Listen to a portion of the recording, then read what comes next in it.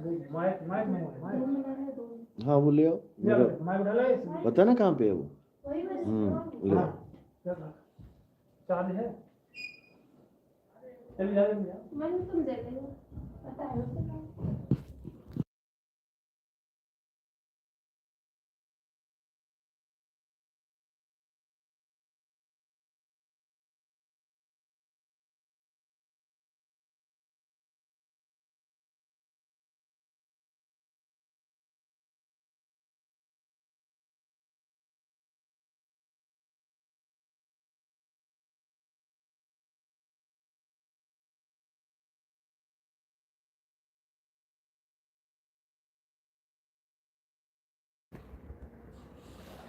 साईं बंदी सतनाम। तो आज परमात्मा की अपार कृपा से औरैया में मूल ज्ञान के प्रचार को आयोजित किया गया है, सत्संग को आयोजित किया गया है। बहुत बड़े भाग होते हैं उन जीवों के जो अपने पूरे जीवन काल में एक बार भी इस मूल ज्ञान को सुन लेते हैं, और उससे भी बड़े भाग होते हैं उन जीवों के जो इस मूल ज्ञान को थोड़ा सा भी समझ पाते हैं। क्योंकि सुनना आसान है, आए बैठे घंटा 2 घंटा सुन के चले गए, लेकिन इसको समझना बहुत मुश्किल होता है। जिस पर बंदी छोड़ की कृपा हो, मालिक की दया हो, केवल वही इसको समझ सकता है, अन्यथा कोई जीव उसकी इतनी हैसियत नहीं जो इसको समझ पाए। सुन सारी उम्र लेगा, बहसबाजी कर लेगा, सब कुछ कर लेगा, लेकिन समझ नहीं आ सकती उसको। तो जो हमारे सत्संग को सुनते हैं, उसको अच्छे से समझते हैं, एक एक बात को पूरा चिंतन करते हैं, उन पर विशेष कृपा है परमात्मा की। क्योंकि अगर अभी भी वो इस बात को नहीं समझ पाए तो फिर आगे बहुत बड़ा एक 84 का चक्कर है जिसमें वो चले जाएंगे, फिर उसको बचाने वाला कोई नहीं है। यहां तक कि बड़े बड़े गुरु, बड़े बड़े शिष्य, बड़े बड़े धर्मात्मा, बड़े बड़े संत महात्मा, ये सब 84 का चक्कर काट रहे हैं। अभी लोगों को समझ में नहीं आ रहा है, नहीं समझ पा रहे हैं इस बातों को। लेकिन साहिब ने हर बार यही चिताया है कि केवल चेले नहीं, गुरु भी 84 में चले जाते हैं अगर उनके पास सार शब्द का भेद नहीं है तो, अगर उनके पास सही भक्ति, सत भक्ति का भेद नहीं है तो साहिब यही समझा रहे हैं कि लख 84 भटक के पौपे अटके आए, और अब की पासा ना पड़ा तो फिर 84 जाए।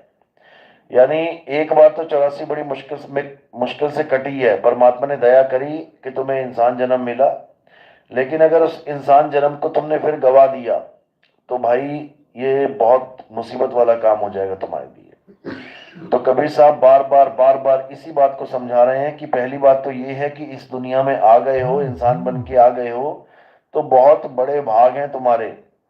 कहते बड़े भाग मानुष तन पावा, इतने बड़े भाग हैं कि तुम सोच भी नहीं सकते। एक राजा महाराजा, एक अरबपति खरबपति के भी इतने बड़े भाग नहीं है जितने बड़े भाग उस आदमी के हैं जो इस इंसान चोले को धारण करने के बाद ये जान जाए कि मैं यहां आया क्यों। क्योंकि बड़े बड़े राजा महाराजा आके राज करके लड़ाई झगड़ा करके मरमरा के चले गए, लेकिन एक आम आदमी जो ये जान जाए कि मैं इस दुनिया में आया क्या हूं, वो लाखों करोड़ों गुना ज्यादा भाग्यशाली है उस राजा महाराजा से। यहां तक कि अगर कोई कोड़ी भी है, उसको दुनिया भर का लोग कह भी रहे हैं कि तू महापापी है, तुझे बहुत कर्मों का फल मिल रहा है, ऐसा है वैसा है, वो भी अगर इस बात को जान जाए कि हमें इंसान जन्म क्यों मिला है, कहते कोड़ी भी लाख गुना अच्छा है उस राजा से।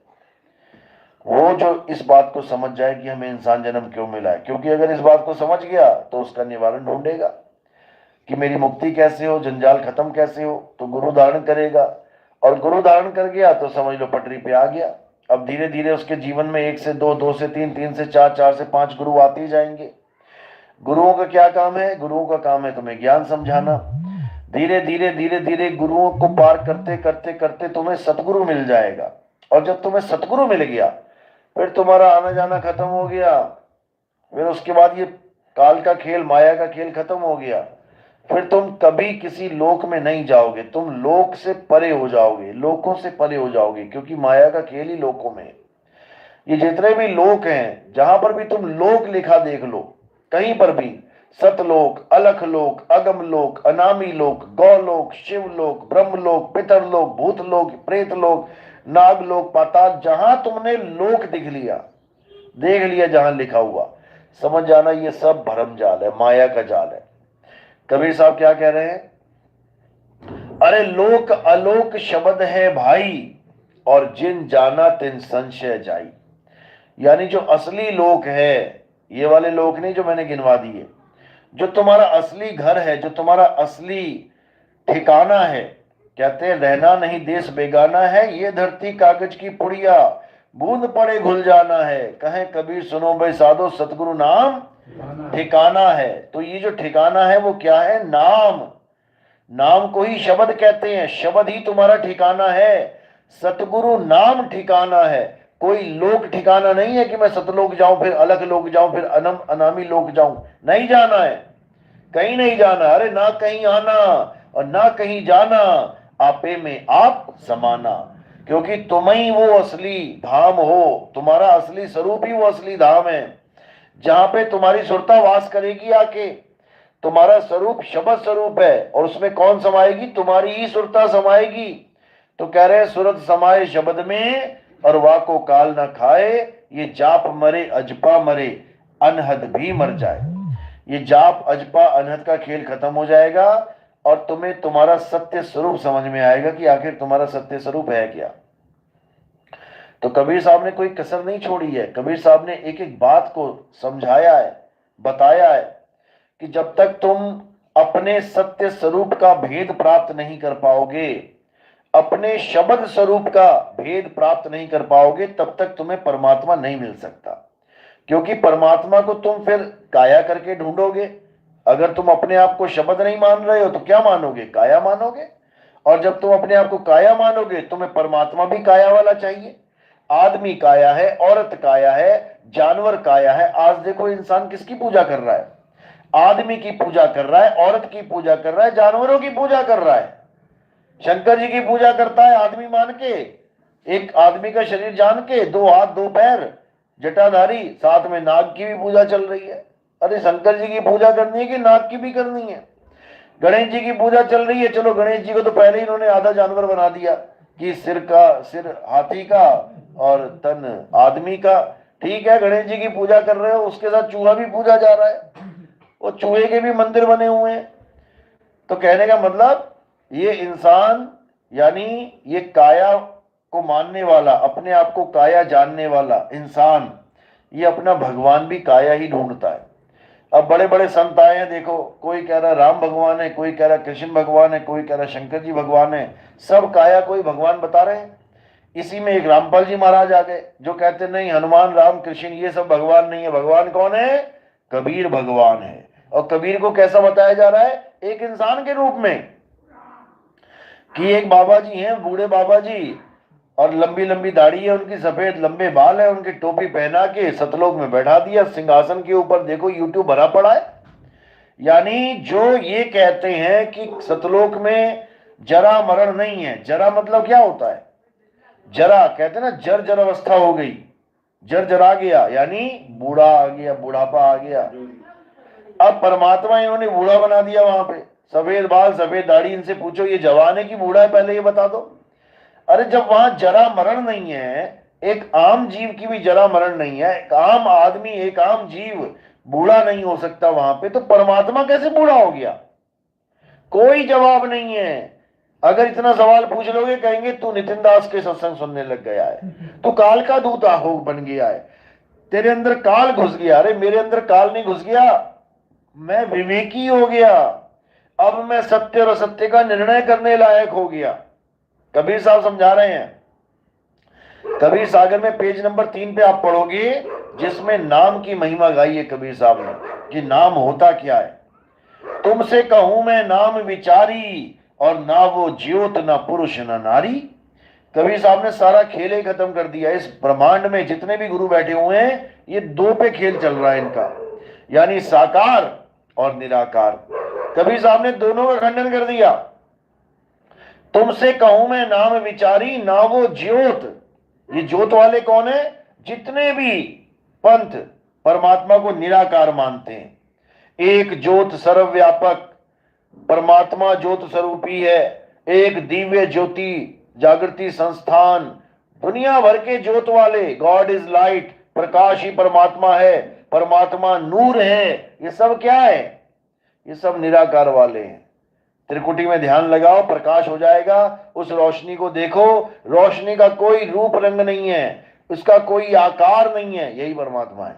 कबीर साहब ने एक ही लाइन में खत्म कर दिया, तुमसे कहूं मैं नाम विचारी, ना वो ज्योत ना पुरुष ना नारी। यानी ज्योत हो गया निराकार और पुरुष और नारी हो गया साकार। यानी साकार निराकार दोनों से न्यारा और जाने का कोई जानन हारा। तो कबीर साहब निराकार और साकार दोनों का खंडन करते हैं, लेकिन लोग समझ नहीं पाते कि निराकार साकार को अगर हटा दिया जाए तो फिर बचा क्या। यहां तक उनकी बुद्धि काम नहीं करती है। मदन साहब समझा रहे हैं अपनी वाणी में, परमात्मा कबीर साहब का स्वरूप बता रहे हैं वो कि क्या स्वरूप है। कहते हैं शब्द स्वरूपी ज्ञानमय, दया सिंधु मत धीर, और मदन सकल घट पूर्ण है, करता सत्य कबीर। कह रहे हैं शब्द स्वरूपी ज्ञानमय, यानी परमात्मा का क्या स्वरूप है? शब्द स्वरूप है। ज्ञानमय यानी पूर्ण ज्ञान है उनको। वो किसी भाषा के गुलाम नहीं है कि उनको हिंदी आती है पंजाबी नहीं आती है, कि उनको उर्दू आती कि अरबी नहीं आती। वो जहां प्रकट हो जाए, जहां पर अपनी लीला शुरू कर दे, वो उसी भाषा में काम चलने लग जाता है। तो वो अल्पज्ञ नहीं है, वो सर्वज्ञ है। उनके पास ऐसा कुछ नहीं है जो उनसे छुपा हुआ है, सब खुला हुआ है उनके सामने, हर चीज। तो इसी को गरीबदास जी ने भी बताया परमात्मा का स्वरूप क्या है। गरीब पुरुष कबीर ने देह धरा नहीं कोई, शब्द स्वरूपी रूप हैं, घट घट बोले सोए। यानी परमात्मा का स्वरूप क्या है? शब्द स्वरूप है। अब जो शब्द है ये ना तो कभी बूढ़ा होता है और ना ही कभी मरता है। शब्द ना तो कभी पैदा होता है और ना ही कभी बच्चा बनता है, ना ही कभी जवान होता है, ना ही कभी बूढ़ा होता है, ना ही कभी मरता है। इन चीजों से परे है वो शब्द। वो अजन्मा है, नित्य है, शाश्वत है, पुरातन है, वो सत्य सनातन है। शब्द ही सत्य सनातन है। इसी को संतों ने अखंड नाद बोला है, इसी को संतों ने अखंड धुन बोला है। गुरु ग्रंथ साहब में इसे अखंड कीर्तन बोला है कि आज ही अखंड कीर्तन हो रहा है। अखंड कीर्तन यानी जो कभी रुकता ही नहीं है, खंडित नहीं होता। लेकिन गुरुद्वारे में जो अखंड कीर्तन करते हैं ये 2 दिन 3 दिन 5 दिन 7 दिन उसके बाद रोक देते हैं। ये सोच रहे हैं कि लगातार गुरु ग्रंथ साहब को पढ़ लेना ही अखंड कीर्तन है। अरे ये गुरु ग्रंथ साहब जो बना है ये अक्षरों के द्वारा बना हुआ है, और जो वो अखंड नाद है वो नी अक्षर है, वो अक्षरों से परे है।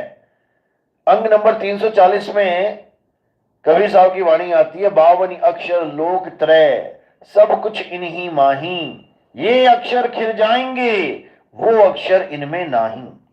यानी ये सारे अक्षर खिल जाएंगे, एक दिन खत्म हो जाएंगे। ये भाषाएं कब खत्म हो जाएंगी? जब बोलने वाला नहीं रहा तो भाषा भी खत्म हो गई।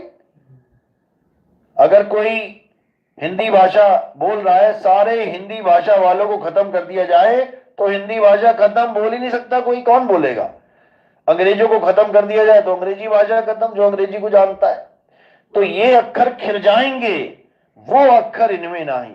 इन अक्षर वालों को तो खत्म किया जा सकता है, इन अक्षरों को भी खत्म किया जा सकता है, लेकिन वो अक्षर इनमें नहीं, वो आदि अक्षर, वो आदि नाम, अजर नाम, अमर नाम।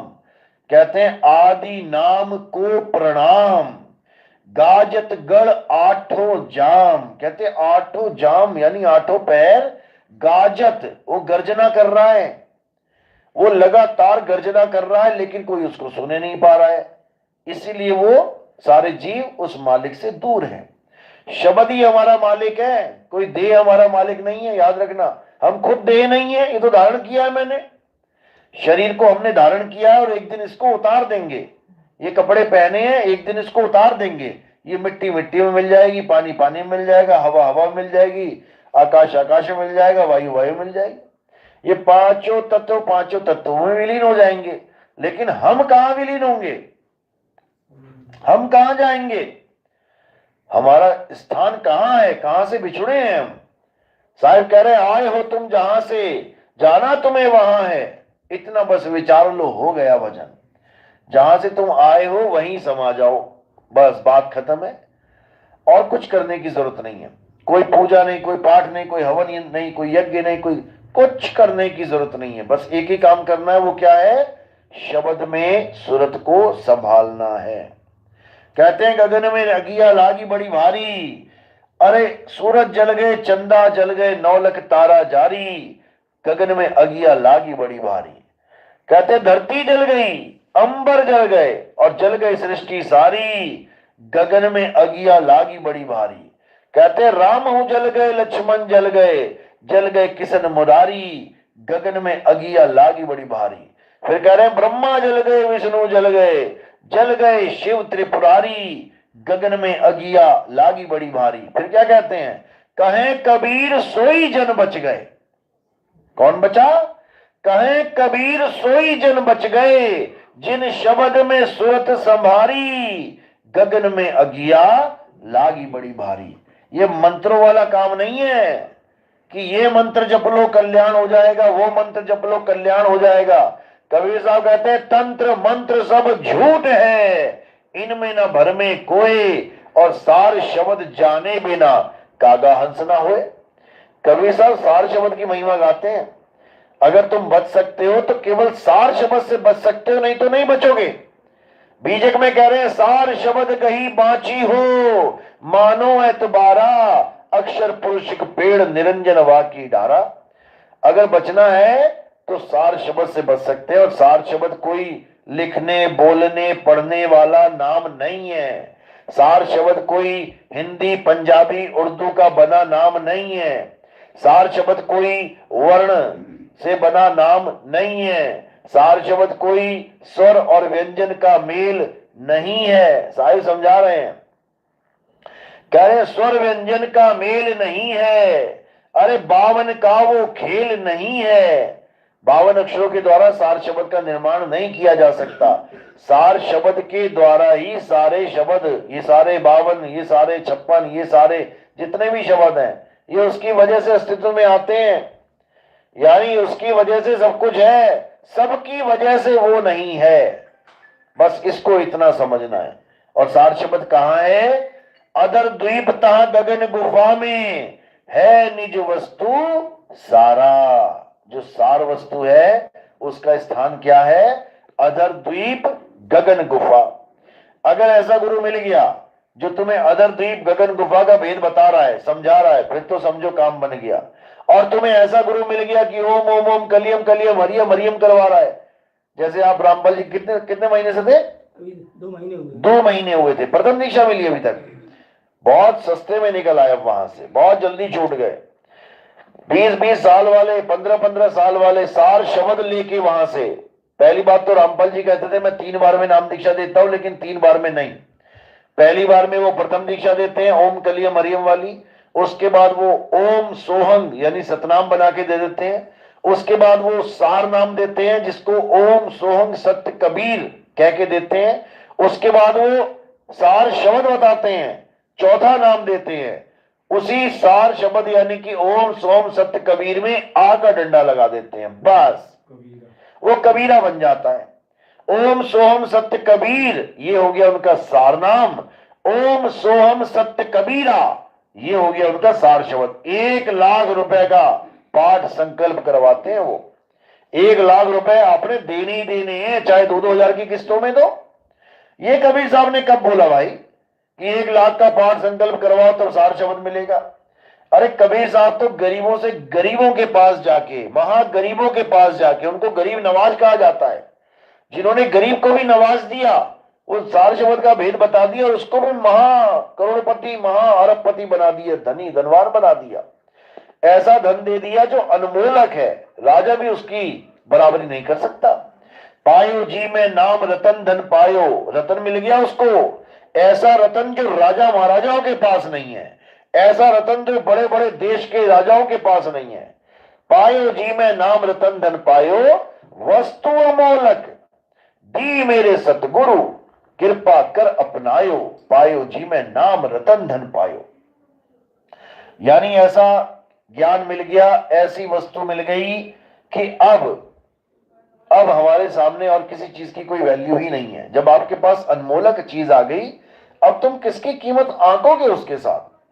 अब तुम दुनिया के सबसे बड़े धनवान व्यक्ति हो, समझ लो।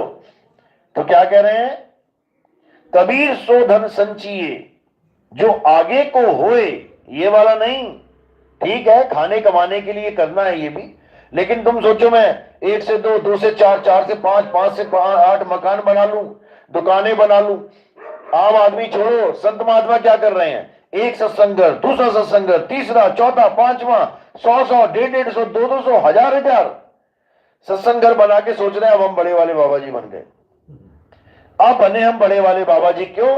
अब हमारे तो बड़े बड़े सत्संग घर बहुत जगह हैं, बहुत जगह हमारे सत्संग घर।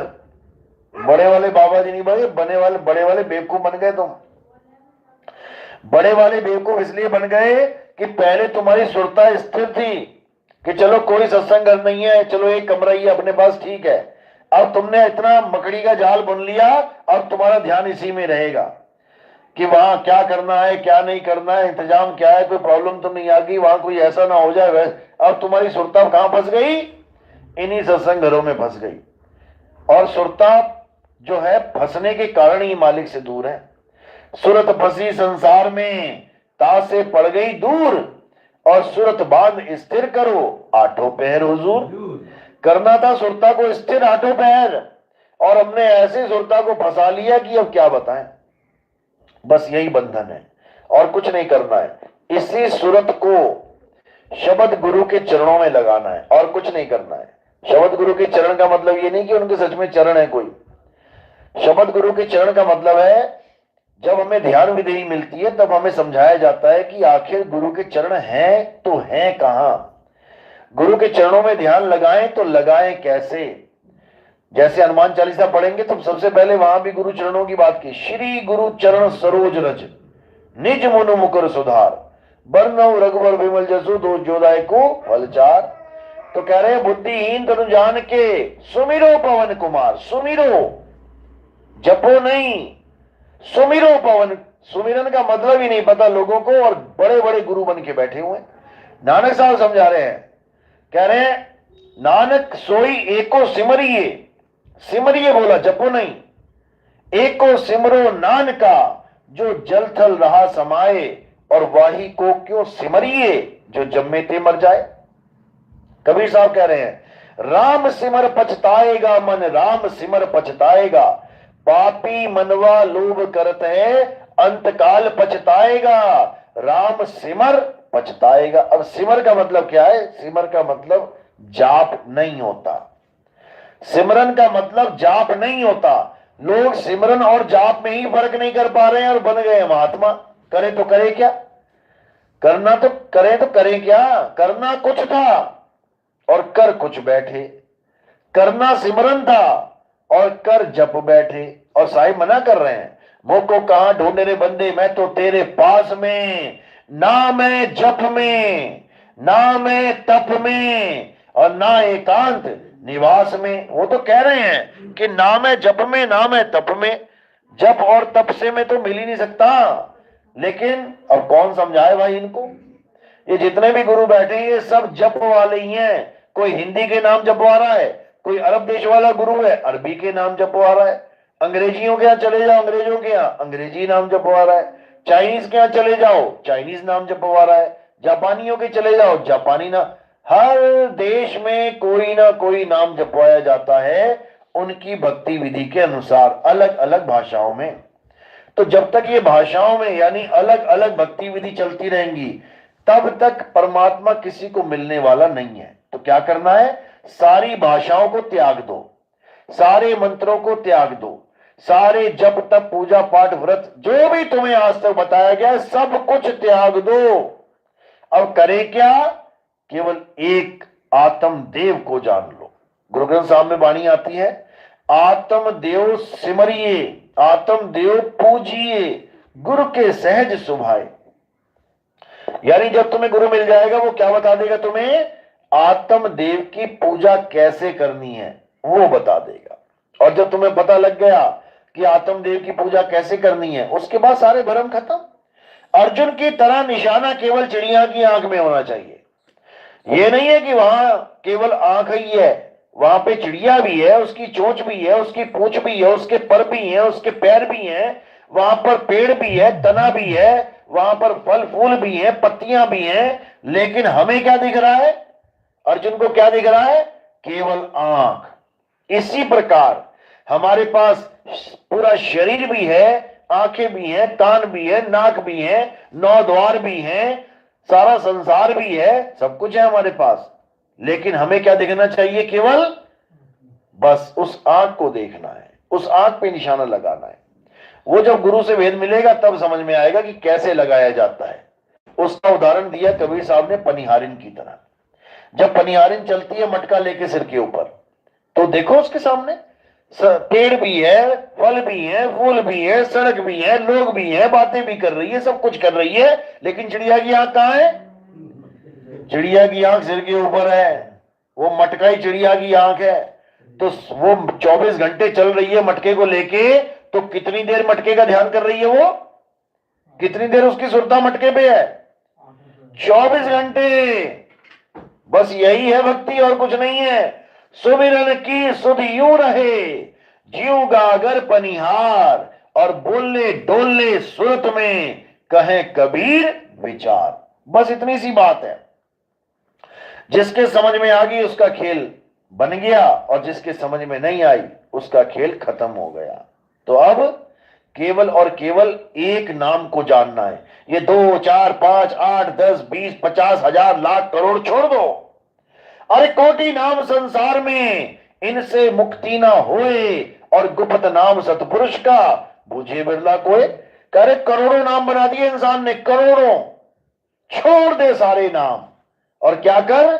गुप्त नाम सतपुरुष का, यानी सतपुरुष भी एक नाम है, उस नाम का भी एक गुप्त नाम है। जैसे पानी, मैंने बोला पानी एक नाम है, पानी, लेकिन इस पानी का एक गुप्त नाम और है। वो क्या है? तत्व है। गुप्त नाम का मतलब होता है तत्व। मैंने बोला पानी, तो तुम्हें एक गिलास में भी चीज मिलेगी, उसका क्या नाम है? पानी। उसी नाम से वो तत्व है। मैंने बोला लोहा, वो पड़ा है लोहा। मैंने कहा प्लास्टिक, वो पड़ी है प्लास्टिक। मैंने कहा लकड़ी, वो पड़ी है लकड़ी। मैंने कहा नाम, अब नाम क्या है? मैंने बोला नाम, नाम भी एक तत्व है, और वो तत्व सत्य है, और उसे तत्वदर्शी संत ही लखा सकता है। इसीलिए उस सत्य तत्व को क्या कहते हैं? सतनाम। जब हम कहते हैं नाम, वो एक तत्व है, लेकिन तत्व तो और भी है, हवा, पानी, अग्नि, धरती, आकाश। तो ये जो तत्व है ये असत तत्व हैं, तो इनका नाम है असत नाम। और जो आत्म रूप, शब्द रूप जो तत्व है, उसका नाम है सतनाम। तो कहते हैं सतगुरु सोई सतनाम बतावे, और बाकी गुरु कोई काम न आवे। लेकिन आप देखोगे रामपाल जी महाराज ने सतनाम को भी फेल कर दिया। कहते हैं सतनाम से भी मुक्ति नहीं हो सकती, सतनाम के बाद सार नाम मिलेगा, सार शब्द मिलेगा। और वाणी कह रही है कबीर साहब की, सत्य नाम को सिमर के तर गए पतित अनेक, और तेरी कारण नहीं छोड़िए सत्य नाम की टेक। वो कह रहे हैं कि सतनाम से सब तर जाएंगे, सतनाम को छोड़ मत देना। सतनाम के अलावा और कोई नाम है ही नहीं, बाकी सब असत नाम है। क्यों? क्योंकि सत्य नाम कोई नाम नहीं, ये है आपन रूप। और जो जाने इस भेद को पावे आप स्वरूप। जो इस भेद को जान जाता है कि सतनाम क्या है, मेरा स्वरूप ही सतनाम है, और मेरे आत्म स्वरूप को छोड़ के जो कुछ भी दिख रहा है ये सब असत्य है, तब बात बन जाएगी।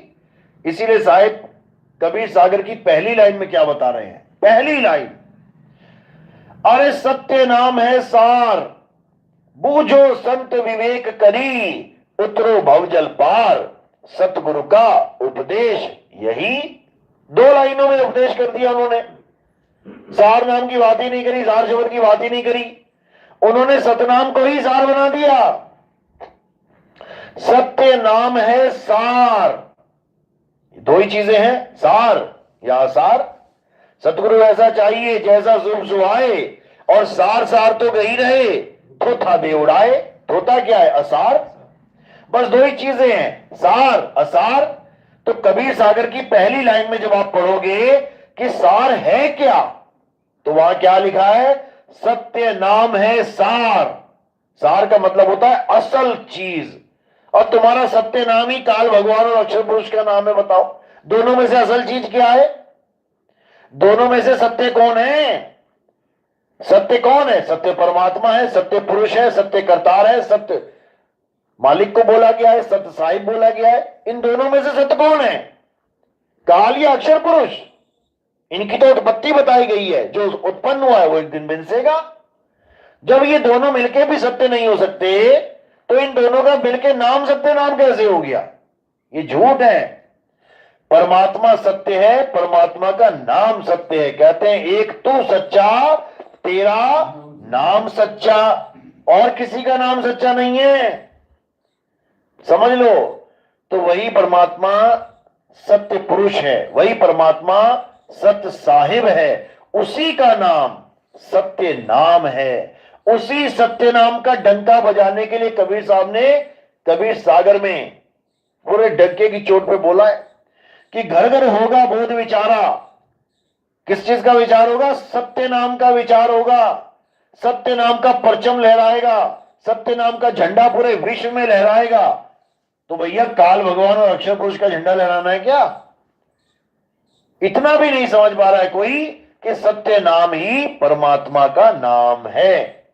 बाणी क्या कह रही है गुरु ग्रंथ साहब में? कृत्रिम नाम कथे तेरे जीबा, और सत्य नाम तेरा परा पुरबला। यानी नकली नाम, जितने भी नकली नाम हैं, ये सब जीभ से बोले जाते हैं। जितने भी नाम हैं जीभ से बोले जाने वाले सब नकली हैं। नकली क्यों बोलते हैं?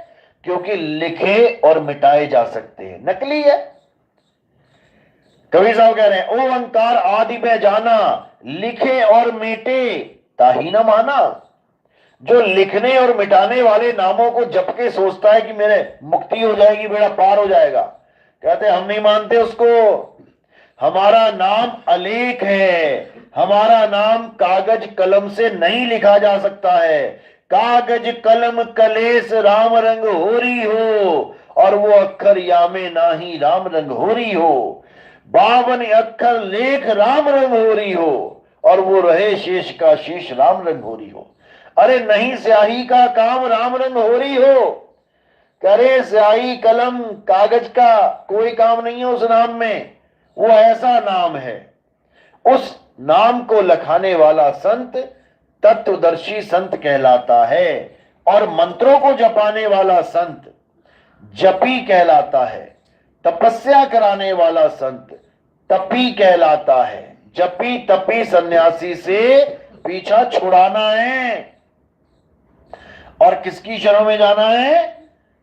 उस तत्वदर्शी संत की शरण में जाना है, जिसके लिए बोला है गीता में अध्याय 4 34वां श्लोक, हे अर्जुन, अगर तुम सत्य को प्राप्त करना चाहते हो, अगर तुम सत्य को जानना चाहते हो, अगर तुम सत्य का अनुभव कराना चाहते हो, तो तुम ऐसे तत्वदर्शी संत की शरण में जाओ जिसने सत्य को यानी अपनी आत्मा को, आत्म स्वरूप को जान लिया है। वही तुम्हें तुम्हारे आत्म स्वरूप का भेद समझा सकता है, अन्यथा और कोई नहीं।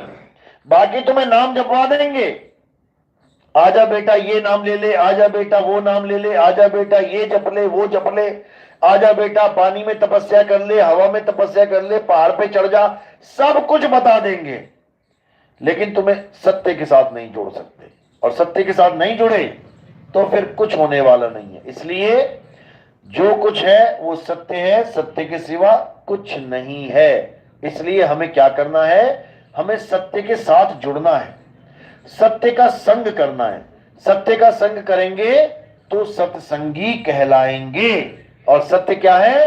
हे अर्जुन, ये आत्मा ही सत्य है। आत्मा अजन्मा है, नित्य है, शाश्वत है, पुरातन है। ये आत्मा ही सत्य सनातन है। ये आत्मा अडोल है, अबोल है।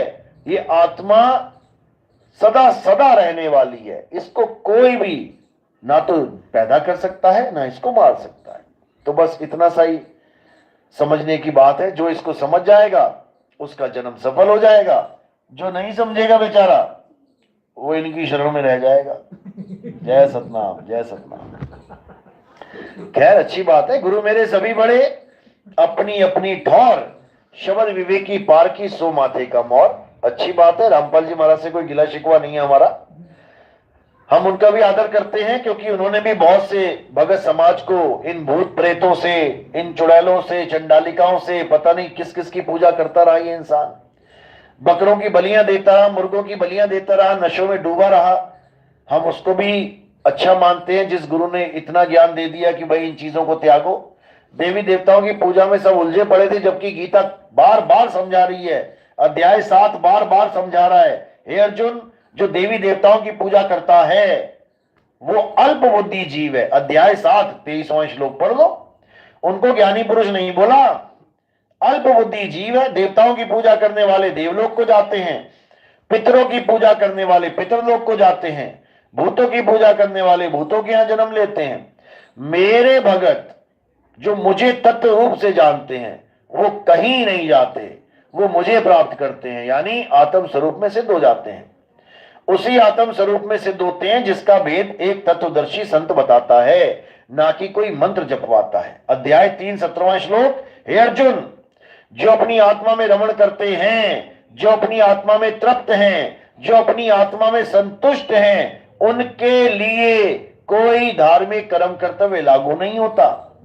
अब ये लोग इतनी बात नहीं समझ पा रहे कि यहां बोला जा रहा है जो अपनी आत्मा में रमण करते हैं, अपनी आत्मा में रमण, तो रमण कौन करेगा?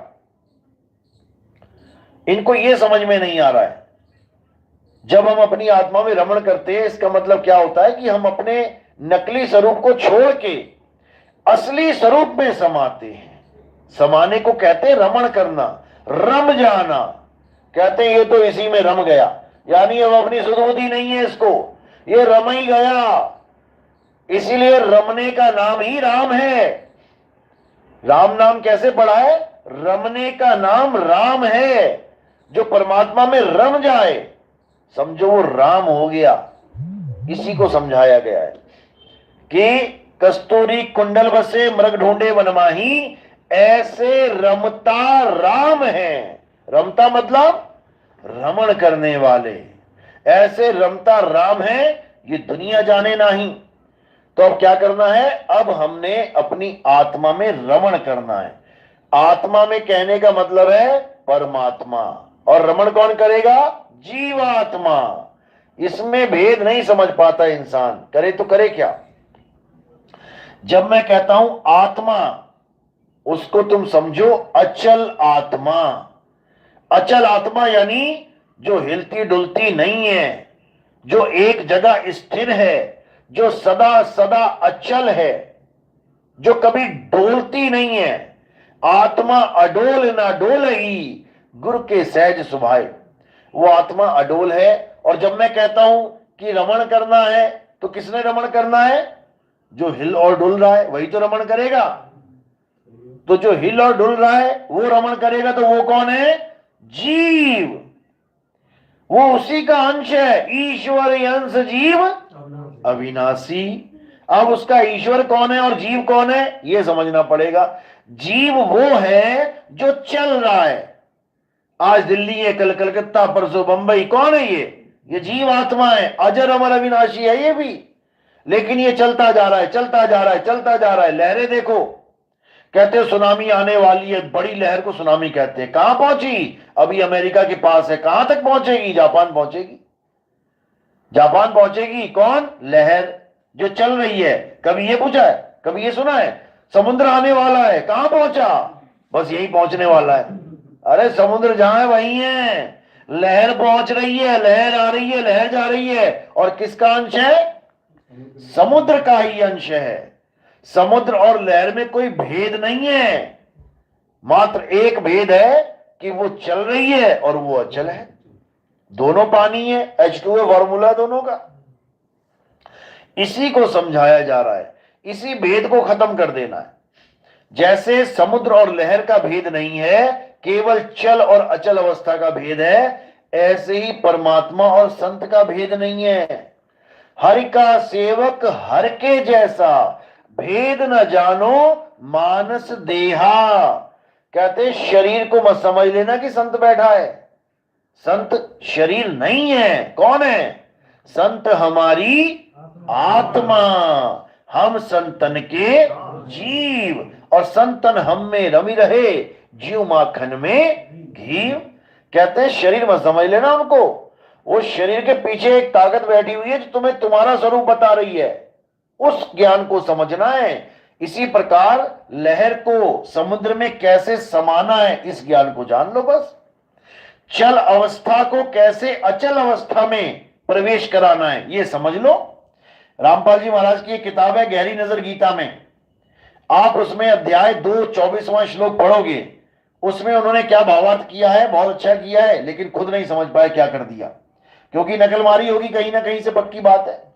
क्योंकि अगर अपनी बुद्धि से लिखा होता तो कभी लिख ही ना पाते वो बात जो वहां लिखी है, क्योंकि उनका सत्संगी भेद पे है कि आत्मा में परमात्मा में भेद है। आत्मा 16 सूर्य का रोशनी लेके चलती है, परमात्मा के एक एक रोमकूप में हजारों करोड़ों अरबों खरबों सूरज चमक रहे हैं। कहते कि नहीं कहते हैं? यानी आत्मा और परमात्मा में कभी भेद खत्म हो ही नहीं सकता। वो 16 सूर्य वाली कभी करोड़ों सूर्य की रोशनी दे ही नहीं सकती। और वहां क्या लिखा है, जहां पे अध्याय 2 24वें श्लोक में क्या लिखा है कि वो परमात्मा अचल है, सदा स्थिर रहने वाला है। ये भी नहीं समझ रहे कि लिख क्या रहे हैं। अगर वो अचल है और सदा स्थिर रहने वाला है तो सतलोक से चल के यहां कैसे आ गया?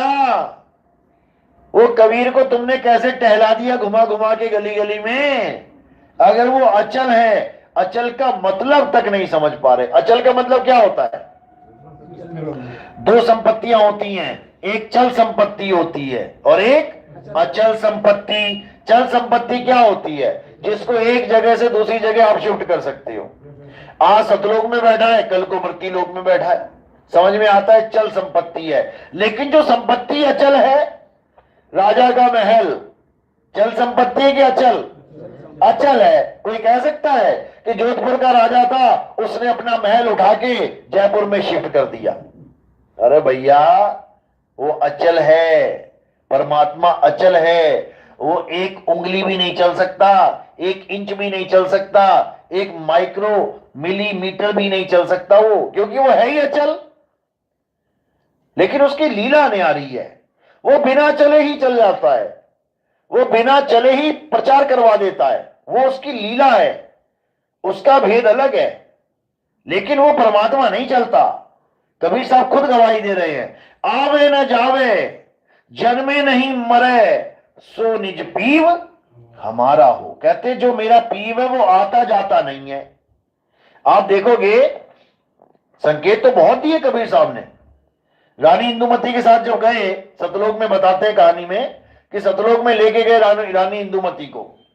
अब रानी इंदुमती को जब लेके गए तो रानी इंदुमती ने क्या देखा कि एक परमात्मा बैठा है तख्त पे।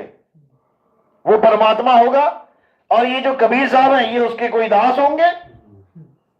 कहते वो इतना ही सोच रही थी, इतने में क्या हुआ, वो परमात्मा खड़ा हो गया और कबीर साहब जाके सिंहासन पे बैठ गए। अब वो परमात्मा कबीर साहब के चवर करने लग गया, यानी जो मालिक है वो दास के चवर करने लग गया। उसके बाद क्या हुआ, उसके बाद वो कबीर साहब के बीच में ही दोनों एक साथ बैठ के समा गए, यानी वो एक हो गए। समझो, यानी वो एक हो गए, अब उनमें कोई भेद नहीं रहा। ये उनको समझाने का तरीका था कि मैं आया तो हूं तेरे पास, लेकिन मेरा स्वरूप ये नहीं है दासों वाला, मैं मालिक हूं, कुल का मालिक। लेकिन वो एक लीला होती है। वो लीला कैसी होती है? नौतम सूरत। कहते हैं नौतम सूरत साहिब का रूपा। ये नौतम सूरत जो है ना, सारा खेल इसी का है। ये नौतम सूरत ही कबीर बनके हर जगह गोता मारू स्वर्ग में, जा बैठूं पाताल, मैं तो फिरूं ढूंढता अपने हीरे माणक लाल। कहते गोता मैं मारूंगा, परमात्मा नहीं मारेगा गोता। जो तुम कह रहे हो कि परमात्मा इस दुनिया में आए, वो नहीं आता जाता। गोता मारने का काम कबीर साहब का है। और वो कौन है? नौतम सूरत है। नौतम सूरत को शरीर धारण करना पड़ता है ज्ञान समझाने के लिए। कहते हैं कबीर साहब ने जब धर्मदास को कहा कि धर्मदास मैं शरीर नहीं हूं, मुझे शरीर मत मान लेना। वो कहते दीखे देही और कहो विदेही। वो कहते मैं विदेह हूं, मैं शरीर नहीं हूं। कह रहे शरीर तो दिख रहा है मुझे। तो कह रहे ये तो तुझे समझाने के लिए धारण किया है, हंसों के लिए शरीर धारण किया है मैंने। मैं शरीर वरीर नहीं हूं और ना ही मैं किसी शरीर का प्रचार करने आया हूं कि किसी शरीर का प्रचार करना है मैंने, कोई फोटो में अगरबत्ती लगा के और ये धूप लगवाना है वहां पे। शरीर का तो मैं खेल खत्म करने आया हूं। हम वासी वा देश के जहां जात वर्ण कुल नाही, शब्द मिलावा हो रहा देह मिलावा नहीं। देह को तो मैंने पहले ही खंडन कर दिया। और इन गुरुआ लोगों ने क्या किया, राम जी, कृष्ण जी, हनुमान जी की मूर्ति हटवा दी तुम्हारे मंदिर से और किसकी मूर्ति लगवा दी, अपनी लगवा दी, कबीर साहब की लगवा दी। यानी देह छुड़वा के देह की पूजा करवा दी। समझो चक्कर ये है, देह छोड़ के देह ही पूज रहे हो, जबकि करना क्या था, देह छोड़ के शब्द की पूजा करनी थी, शब्द को जानना था। तो कहते हम वासी वा देश के जहां जात वर्ण कुल नाही, सैन मिलावा हो रहा शब्द मिलावा नहीं। क्योंकि शब्द देने वाले भी कई गुरु बन के बैठ गए, हमसे शब्द ले लो, हमसे शब्द ले लो, हमसे ले लो, और देने क्या लगे, यही 52 अक्षरी शब्द। तो कबीर साहब ने शब्द का भी खेल खत्म कर दिया। कौन से शब्द का, 52 अक्षरी शब्द का। अरे 52 अक्षर लोक त्रय सब कुछ इन्हीं माही, ये आकर खिल जाएंगे वो आकर इनमें नाही। यानी 52 अक्षरों का नाम नहीं चाहिए हमें। हमें कौन सा नाम चाहिए, सतनाम चाहिए। अब वो सतनाम कैसे मिलेगा, क्योंकि 52 अक्षर तो देने नहीं है। अब सतनाम कैसे मिलेगा, सतनाम मिलेगा इशारे से, सैन से। आपके घर में कोई भी वस्तु है और वो खो गई है, किसी को पता है वो कहां पड़ी है, वो इशारा कर देगा।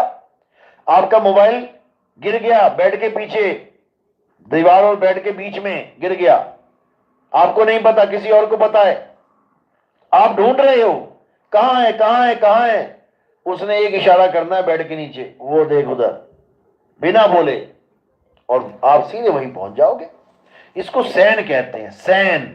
हम वासी वा देश के जहां जात वर्ण कुल नाही, सैन मिलावा हो रहा शब्द मिलावा नहीं। शब्दों को भी छोड़ दो, हटा दो, सारे 52 अक्षरों को छोड़ दो, अब सैन को पकड़ो।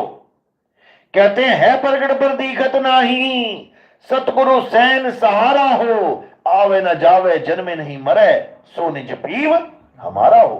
फिर समझा रहे हैं, कह रहे बिना सैन तेरी मुक्ति ना होवे, तू जीवित मर जा अवधूता। बिना सैन तेरी मुक्ति नहीं हो सकती। क्यों, क्योंकि हमारा शब्द बोलने लिखने पढ़ने वाला नहीं, हमारा शब्द एक वस्तु है, और वस्तु तेरे पास है। मोह को कहां ढूंढ रहे बंदे, मैं तो तेरे पास में, वस्तु तेरे पास है, और तो पास पड़ी वस्तु का नाम जपने में लगा हुआ है। अरे जो मेरे पास है मुझे बताओ ना कहां पे है, खेल खत्म हो जाएगा। तो वो वस्तु कहां है, मेरे पास में है। उस वस्तु का ज्ञान करवाना है सैन के द्वारा, इशारे के द्वारा। जैसे ये डब्बा मेरे पीछे पड़ा है मेरे पास में, मेरी नजर में नहीं आ रहा है, अब ये मेरे पास है लेकिन मेरे किसी काम का नहीं आ पा रहा है। क्यों, क्योंकि मुझे इसका भेद नहीं पता। अब जो भेदी होगा वो इशारा कर देगा, देख भाई पीछे ये, जब मैं पीछे देखूंगा तो वस्तु मिल जाएगी।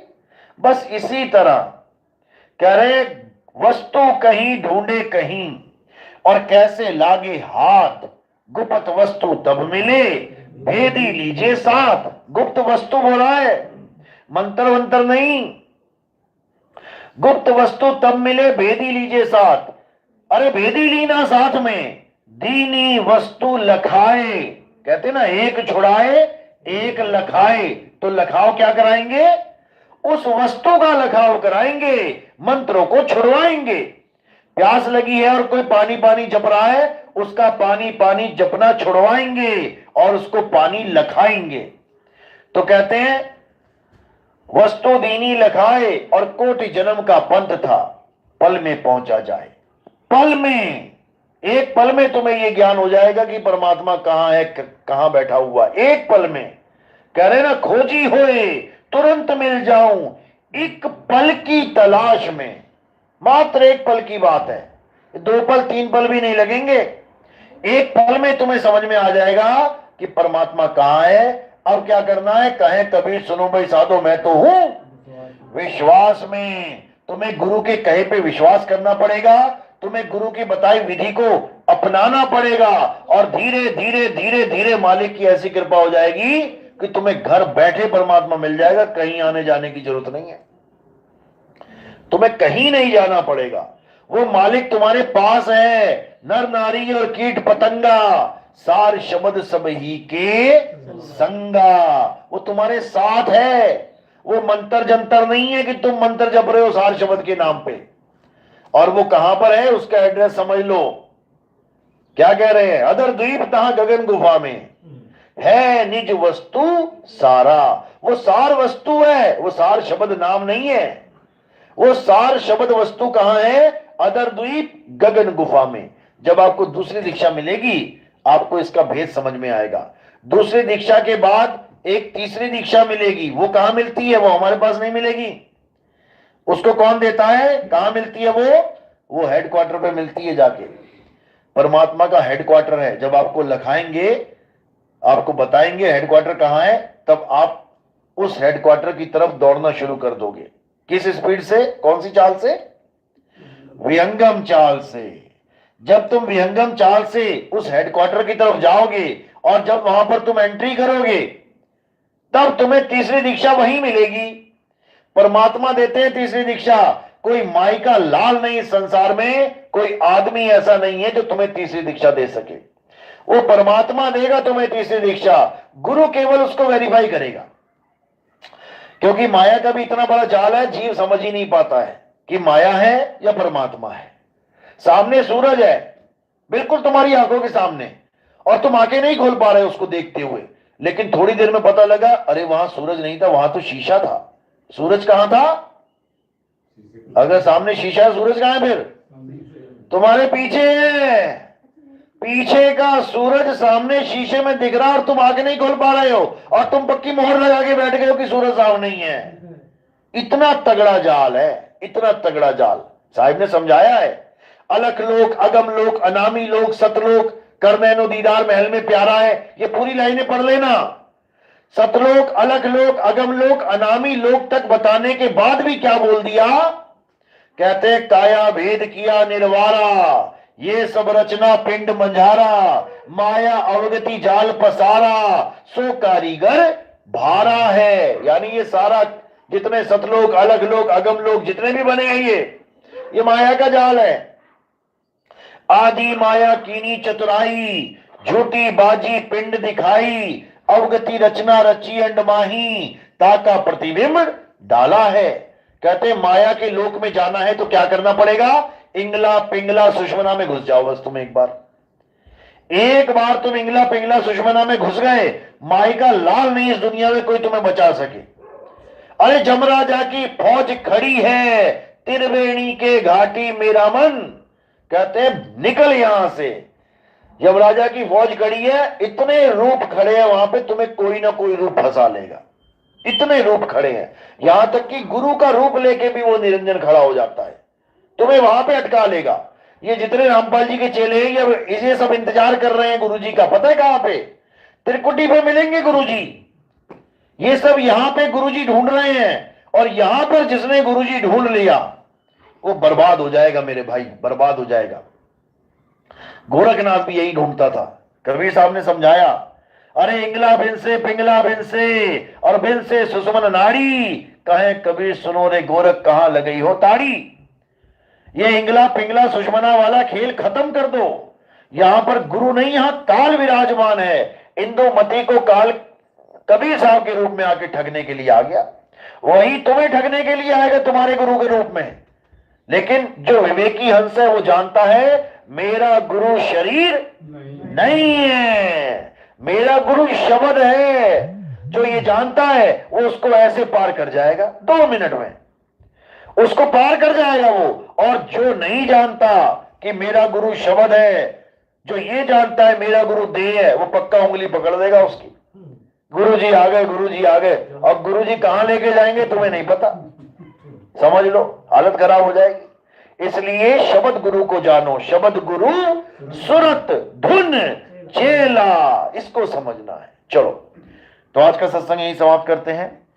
बोलिए परमपिता परमात्मा की, सदगुरु बंदी छोड़ कबीर साहिब की, सदगुरु मदनपति साहिब की, सदगुरु दुलमपति साहिब की, दीवान जवाहरपति साहिब की, सदगुरु राम अनुराग साहिब की, सदगुरु राम सेवक साहिब की, सदगुरु वरागपति साहिब की, करीनापुर धाम की, सभी संतों की, सभी भक्तों की, आज के आनंद की, सकल हंस को बंदगी, साहिब बंदगी, सतनाम सतनाम मेरे गुरु सतनाम। मित्र साहेब की जय सतनाम जय सतनाम।